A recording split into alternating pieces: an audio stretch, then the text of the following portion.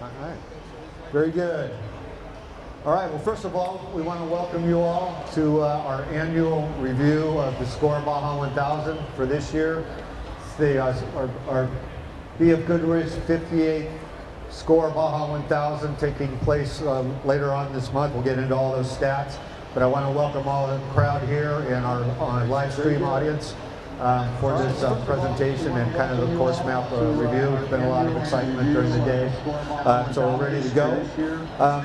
Our It's-A-Not team is busy working on the actual race coordinates and all the logistics and everything else going down right now. SCORE race president and race director Jose Uralda and general manager Juan Tintos and Rodo, our assistant race director, are all very busy trying to make sure the race comes off.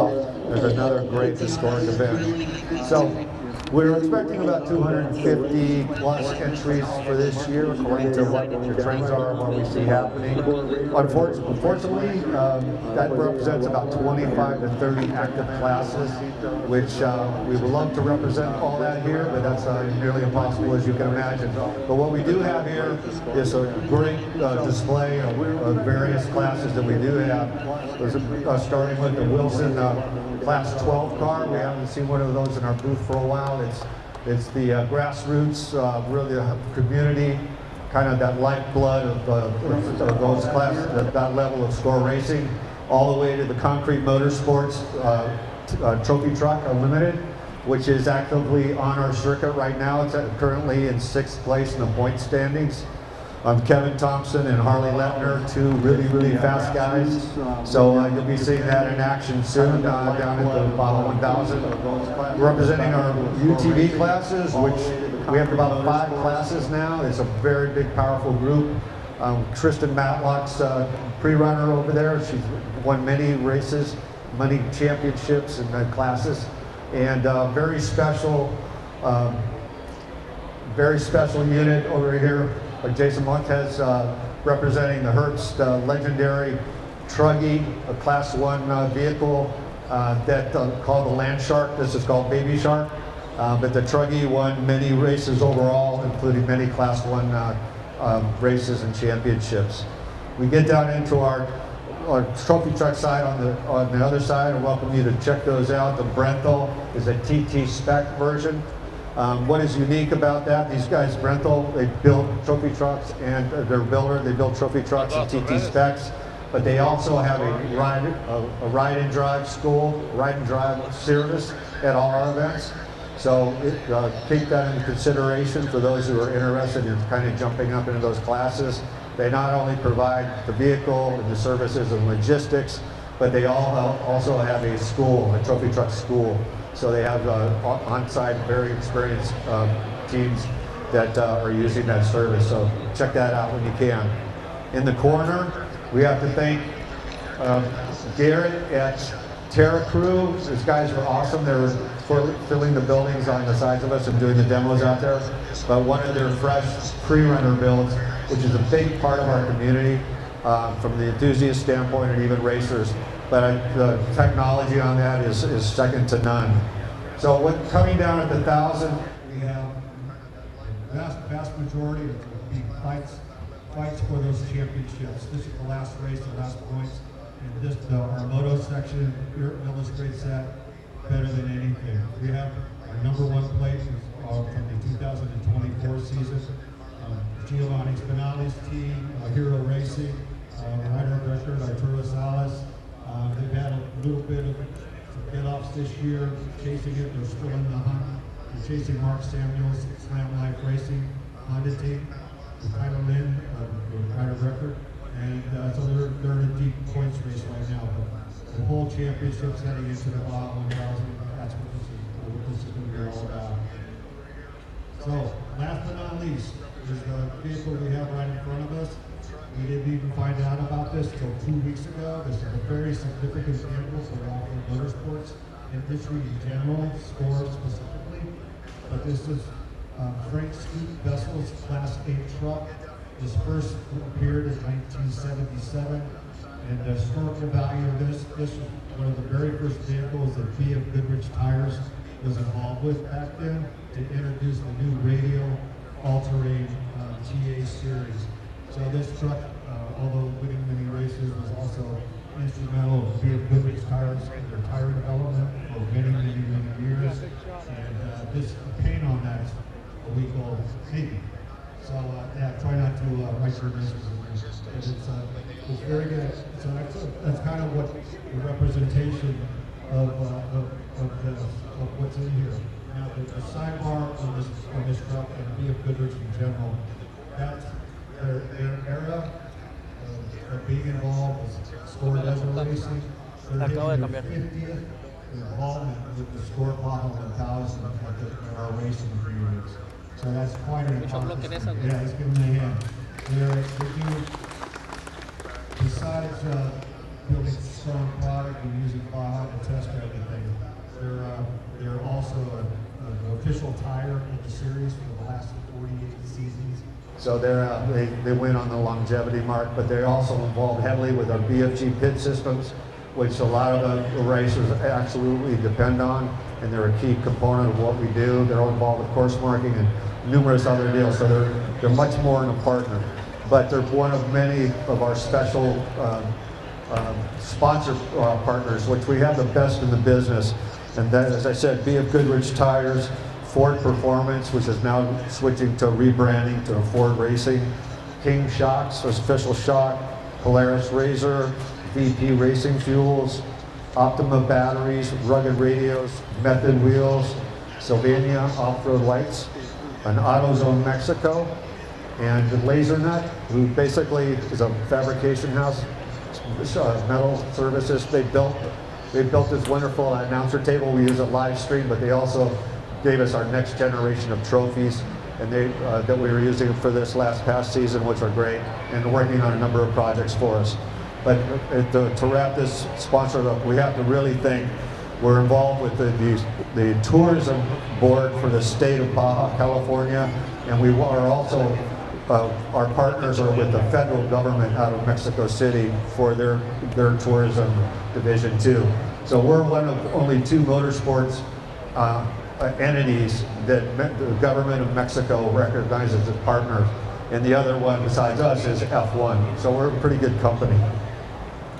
So with that, thank you. So with that, what we've been doing, the marketing assets, a lot of our efforts have been into growing the sport, and a lot of what we're doing right now is coming to fruition. Our numbers on our audience reach have been hitting all-time highs. Based on our standard base elements that we put out content every week, day, hour, month. That starts with our SCORE Journal digital magazine, our website, and our social media. But our market expansion teams involved in a docu-series that we launched a year ago called Surviving Baja. It's available on Apple TV, Tubi, and Roku. I highly recommend you guys, if you haven't seen it, watch it. It's all behind the scenes. It's very, very good. We just launched season 2 on August 1st this year, and we're shooting season 3 right now. So if you have time, you can actually watch it on your couch. So it's a really good program. They put a lot of effort into that. Our live stream program really accelerated with the technology that's now available. Our live stream programming is hitting massively exponential growth every race right now. Starting with the Baja 1000 last year and just gaining momentum every race. So we're expecting new record levels at the Baja 1000. We've also just went into a partnership with Racer Network, which is Racer Magazine, Racer.com, and they've absorbed what used to be Mav TV. So that's happening. They're taking our content and putting it out to that whole other genre of motorsports racers and fan base. So what you guys do, what our racers do, what SCORE does, we know what we do in our world, but they're pushing it out to a much broader audience. So that hopefully will increase the notoriety of what we do. So with all that being said, let's get to the new course information and let you guys, I know you're all pent up. We will have hard copies after this information dump, and you can take that back with you, but it'll be up on SCORE Facebook, and it'll be up on the website also. So, without further ado, The information I got from our race operations people. These are the stats for the 2025 SCORE Journal. Let's go. There we go. Hey, it worked. Awesome. Get out of the way here. Okay, pre-running will open Saturday, October 25th. The race dates are for the week of November 10th through the 16th. The week activities will be Tuesday will be qualifying for all TT classes. For all TT classes and Class 1. Wednesday and Thursday will be a 2-day SCORE contingency and tech period. Friday will be race start, Saturday, Sunday race finish, and the awards on Sunday. Regarding the course, it's going to run in a counterclockwise fashion. The pro classes will end up racing for 854 miles. The sportsman classes will be racing for 720.95 miles. There'll be a short cutoff for the sportsmen in the Borrego area. And that cut starts at mile 572.12 and will rejoin back at mile 707.75. The time limitation for each class for this race is 36 hours.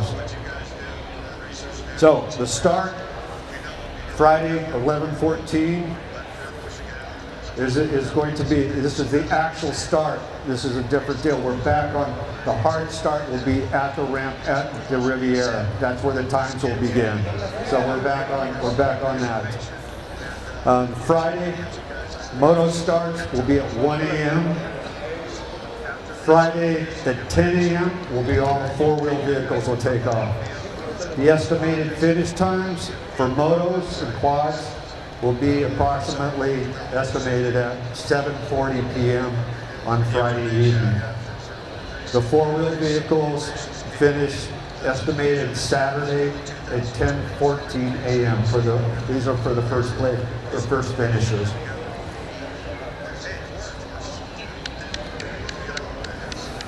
The municipalities that we'll be running through will be Ensenada, San Quintin, and San Felipe.